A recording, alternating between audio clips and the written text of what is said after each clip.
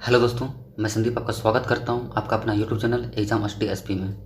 दोस्तों, आज मैं जनरल साइंस में कुछ इंपॉर्टेंट क्वेश्चन लेकर आया हूं जो कि एग्जाम की दृष्टि से बहुत ही महत्वपूर्ण है। दोस्तों, ये 9th क्लास और 10th क्लास से एकत्रित किए गए क्वेश्चन है जो कि एग्जाम में बहुत ज़्यादा पूछने के चांसेस होते हैं, खास करके रेलवे में। दोस्तों, ये आपके लिए बहुत ही इंपॉर्टेंट वीडियो है, इसलिए वीडियो में शुरू से अंत तक बने रहिए। और ये दोस्तों, यदि आप इस चैनल पर नए हैं तो सब्सक्राइब कर लीजिए और बगल बेल आइकन को दबा लीजिए ताकि मैं जब भी वीडियो डालूंगा सबसे पहले आप तक पहुँच जाएगा। चलिए शुरू करते हैं। तो ये पहला प्रश्न क्या है? निम्नलिखित में से किसने रासायनिक संयोजन के दो महत्वपूर्ण नियमों की स्थापना करके रासायनिक विज्ञान की नींव रखी थी? इसका ऑप्शन है Ernest Rutherford, Democritus, Joseph L Proust, Antoine L Lavoisier. तो इसका आंसर क्या हो जाएगा? Option number D, Antoine L Lavoisier. यानी कि एंटोइन एल लेवोजियर जो थे रासायनिक संयोजन के दो महत्वपूर्ण नियमों की स्थापना करके रासायनिक विज्ञान की नींव रखी थी, है ना। और दोस्तों, लेवोजियर को आधुनिक रसायन विज्ञान का जन्मदाता भी कहा जाता है। चलिए अगला अगला क्वेश्चन देखते हैं। देखिए क्वेश्चन क्या है? ओडिशा को अधिकतर किसके कारण प्राकृतिक आपदाओं का सामना करना पड़ता है? ओडिशा को किसके कारण प्राकृतिक आपदाओं का सामना करना पड़ता है? तो इसका आंसर ऑप्शन नंबर बी, चक्रवात। यानी कि चक्रवात के कारण ओडिशा को अधिकतर प्राकृतिक आपदाओं का सामना करना पड़ता है। चलिए अगला क्वेश्चन देखते हैं। देखिए क्वेश्चन क्या कह रहा है? यदि आप एक दर्पण में देखते हैं तो और पाते हैं कि आपकी छवि यानी कि आपका परावर्तन आपसे छोटा है तो दर्पण का प्रकार क्या है यह बताना है। यानी कि आप जैसे कि आप दर्पण के सामने दर्पण को देखते हैं और पाते हैं कि आपका छवि जो होता है, परावर्तन जो होता है आपसे छोटा होता है, तो कौन दर्पण है बताइए? इसका आंसर क्या होगा? इसका आंसर ऑप्शन नंबर डी, यानी कि उत्तल दर्पण। देखिए दोस्तों, उत्तल दर्पण का प्रयोग कहाँ पर किया जाता है? उत्तल दर्पण का प्रयोग किया जाता है जैसे कि गाड़ी के साइड में जो रहता है, जिसको बैक का यानी कि पीछे का देखने के लिए इस्तेमाल किया जाता है ना। ये उससे क्या होता है कि पीछे जो भी सामान रहता है वो हमारा छोटा दिखता है, यानी कि उत्तल दर्पण में कोई भी प्रतिबिंब हमेशा छोटा ही दिखता है। चलिए अगला प्रश्न देखते हैं। देखिए क्वेश्चन नंबर 4 क्या है? खाद्य पदार्थों में दुर्गंध आने मुख्य कारण वसा और तेलों का है खाली स्थान है। तो दोस्तों, क्वेश्चन कह रहा है खाद्य पदार्थों में जो दुर्गंध आता है वसा और तेलों का किसके कारण होता है? हाइड्रोलिसिस, ऑक्सीजन शोधन या अवकरण। तो इसका answer option number B, oxygen, है ना। यानी कि ऑक्सीजन के कारण खाद्य पदार्थों में दुर्गंध जो आते हैं वसा और तेलों का ऑक्सीजन के कारण। तो इसको ऑक्सीजन, सॉरी यहाँ ऑक्सीजन नहीं होगा, यहाँ पर ऑक्सीकरण होगा। यहाँ गलत प्रिंट हो गया है, यानी कि यहाँ पर ऑक्सीकरण हो जाएगा, है ना। इसको आप नोट कर लीजिएगा, ऑक्सीकरण हो जाएगा। यानी कि ऑक्सीकरण के कारण वसा और तेलों का खाद्य पदार्थों में दुर्गंध आता है। चलिए अगला प्रश्न देखते हैं। क्वेश्चन नंबर 5 क्या है? देखिए, निम्नलिखित में से कौन बढ़ते भ्रूण के लिए पोषक उत्तक का कार्य करता है? तो ऑप्शन है बीजांड, अंडाशय, एंडोस्पर्म और युग्मनज। तो इनमें से कौन सा ऑप्शन होगा? ऑप्शन होगा इसका इसका आंसर होगा नंबर सी, एंडोस्पर्म। यानी कि एंडोस्पर्म बढ़ते भ्रूण के लिए पोषक उत्तक का कार्य करता है ना। और दोस्तों, इस पॉइंट को भी याद रखिएगा कि भ्रूण का पोषण जरायु यानी कोरिन, एमनिया एवं अपरा यानी कि प्लेसेंटा द्वारा होता है।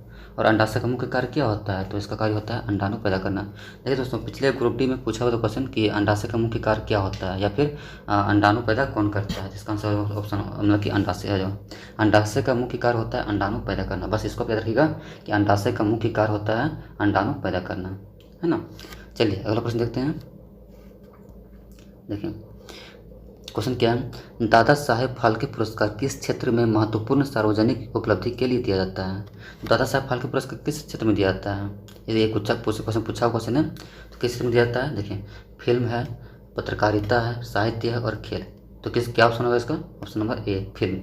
यानी कि फिल्म के क्षेत्र में दादा साहेब फाल्के पुरस्कार दिया जाता है। और दोस्तों, भारत में सर्वोच्च फिल्म क्षेत्र का पुरस्कार दादा साहेब फाल्के पुरस्कार है और यह अवार्ड 1969 से दिया जाता है।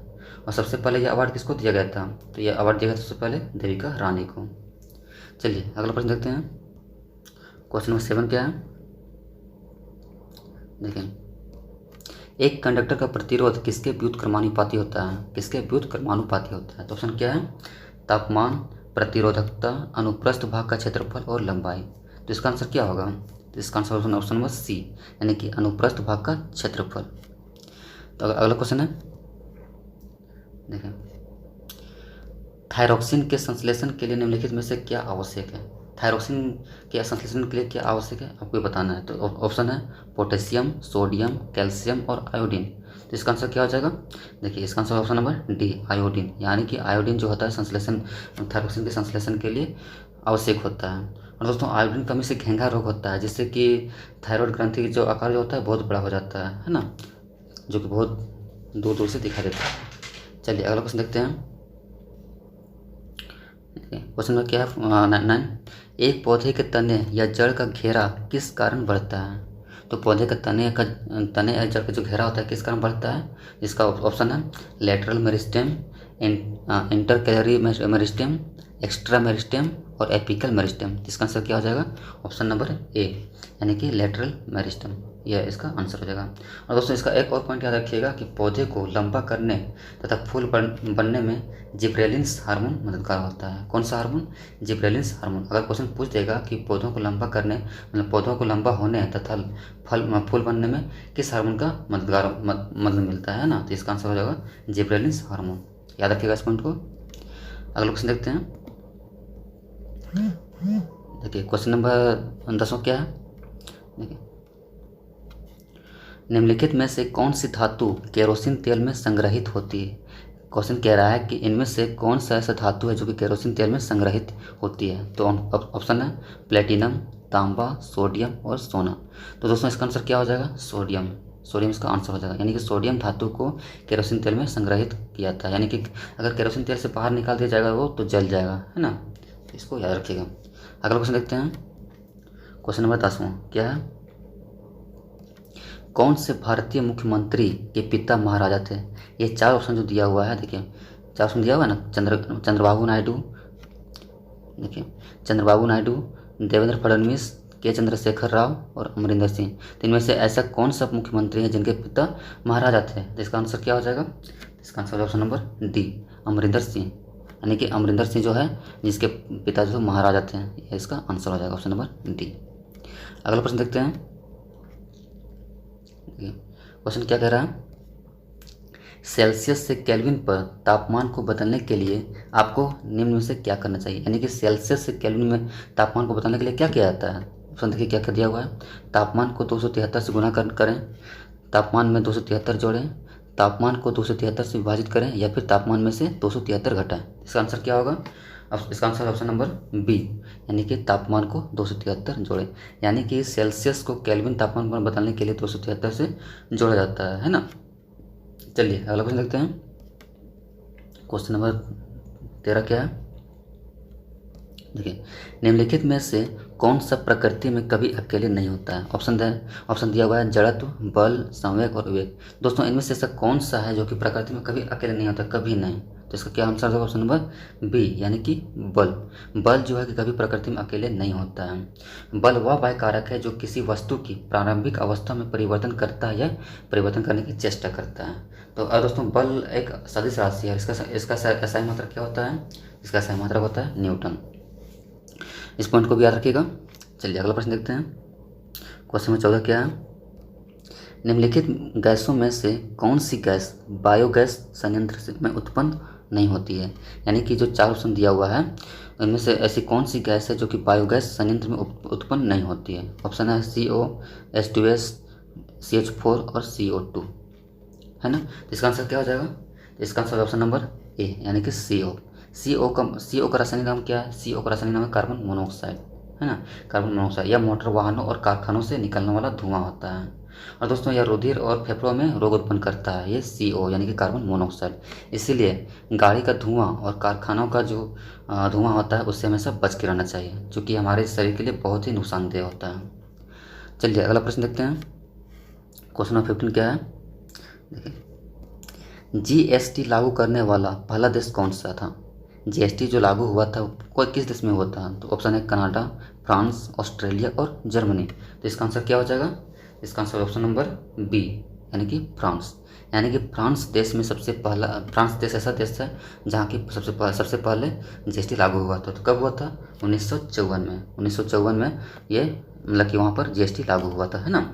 और भारत में कब लागू हुआ था? भारत में 1 जुलाई 2017 में लागू हुआ था। इस पॉइंट को याद रखिएगा। देखिए दोस्तों एक क्वेश्चन पूछ सकता है कि GST भारत में कब लागू किया गया था? तो 1 जुलाई 2017 में। याद रखिएगा इस पॉइंट को। चलिए अगला प्रश्न देखते हैं। क्वेश्चन नंबर 16 क्या है? क्लोरीन गैस का उपयोग निम्न में से किसके निर्माण में किया जाता है? क्लोरीन गैस का जो प्रयोग किया जाता है किसके निर्माण में किया जाता है? तो ऑप्शन है baking powder, baking soda, bleaching powder या धुलाई सोडा। धुलाई सोडा को धावन सोडा भी कहते हैं, इसको याद रखिएगा, है ना। देखिए इसका आंसर क्या हो जाएगा? इसका आंसर हो जाएगा ऑप्शन नंबर सी, यानी कि ब्लीचिंग पाउडर। यानी कि क्लोरीन गैस का उपयोग ब्लीचिंग पाउडर के निर्माण में किया जाता है। देखिए दोस्तों, क्लोरीन गैस जो होता है ना, बहुत ही विषैला गैस होता है, जिसका कलर पीला रंग का होता है। देखिए क्वेश्चन पूछ देगा कि अगर क्लोरीन का कलर कैसा होता है, चाहे ग्रुप डी एग्जाम में क्या होता है ना, कि बहुत अंदर अंदर से क्वेश्चन पूछता है। इसलिए अगर क्वेश्चन पूछ देगा कि क्लोरीन का कलर कैसा होता है, तो पीला, है ना। और इसका उपयोग रोगाणुनाशक के रूप में किया जाता है। अगर ये भी क्वेश्चन पूछ देगा कि रोगाणुनाशक के रूप में किसका प्रयोग किया जाता है, तो क्लोरीन गैस का। और दोस्तों ब्लीचिंग पाउडर का रासायनिक अनुसूत्र क्या होता है? ब्लीचिंग पाउडर का क्वेश्चन पूछ देगा कि अब इसका अनुसूत्र क्या होता है, तो CaOCl2, यानी कि कैल्शियम ऑक्सीक्लोराइड, है ना। ये इसका आंसर हो जाएगा ब्लीचिंग पाउडर का अनुसूत्र। अगला क्वेश्चन देखते हैं, क्वेश्चन नंबर 17। देखिए, यदि क्रिप्टॉन की परमाणु संख्या 36 है तो उसकी इलेक्ट्रॉनिक विन्यास क्या होगा, ये पता करना है। देखिए दोस्तों 36 दिया हुआ है ना। अब देखिए टोटल कक्ष कितना होता है? देखिए के होता है, एल होता है, एम होता है और एन होता है, इसी तरह से आगे होता है ना। देखिए के में कितना होता है? 2 होता है। फिर एल में कितना होता है? 8 होता है। फिर एम में 18, फिर 18, इसी तरह से आगे बढ़ते जाता है, 36 करके इस तरह से आगे बढ़ता है, 32 जो भी होता है। तो देखिए क्या पूछा है, ये क्रिप्टॉन की परमाणु संख्या 36 होता है, 36 है ना, तो इसके इलेक्ट्रॉनिक विन्यास क्या होगा? देखिए दोस्तों 36, देखिए ऑप्शन देखिए 2 है, 18, 8 है, तो 18 शुरू में यहाँ सेकंड में दिया हुआ है, तो ये गलत हो गया, यानी कि ये नहीं होगा। देखिए 2 है, 8 है, 18, 8 है, ठीक है ना। तो 2 के बाद 8, ठीक है, ये फ्लो कर रहा है, फिर 18 ये भी है। अब देखिए लास्ट में 8 है, तो अगर हम इसको जोड़ेंगे, देखिए 2 और 8 कितना हुआ? 10 हुआ। 10 और 18 कितना हुआ? देखिए 10 और 18 28 हुआ। 28 और 8 कितना हुआ? 36 हो गया। यानी कि ये पूर्ण रूप से हो जा रहा है ना, यानी कि यही हमारा आंसर हो जाएगा ऑप्शन नंबर बी, यानी कि 2, 8, 18, 8 इसका आंसर हो जाएगा ऑप्शन नंबर बी। चलिए अगला प्रश्न देखते हैं, क्वेश्चन नंबर 18 क्या है? धातुएं अम्लों के साथ अभिक्रिया द्वारा उत्पन्न करती है। तो धातुएं जो होती है अम्लों के साथ अभिक्रिया करके क्या उत्पन्न करती है? तो इसका ऑप्शन है लवण और क्लोरीन, लवण और क्षार, लवण और हाइड्रोजन और लवण और पानी। तो इसका आंसर क्या हो जाएगा? इसका आंसर ऑप्शन नंबर सी, यानी कि लवण और हाइड्रोजन। यानी कि लवण और हाइड्रोजन जो होता है धातुएं अम्लों के साथ अभिक्रिया करके, यानी कि धातुएं जो होते हैं अम्लों के साथ अभिक्रिया करके लवण और हाइड्रोजन गैस बनाता है, ठीक ना। तो दोस्तों धातुएं जो होती है चमकदार होती है, आघातवर्धी होती है और तन्य होती है। धातु ऊष्मा एवं विद्युत का सुचालक भी होती है। इस पॉइंट को भी आप याद रखिएगा। चलिए अगला प्रश्न देखते हैं, 19 क्या है? यदि खाली स्थान शामिल हो तो और भी अधिक विविधता उत्पन्न हो जाएगी। तो इसमें क्या ऑप्शन होगा?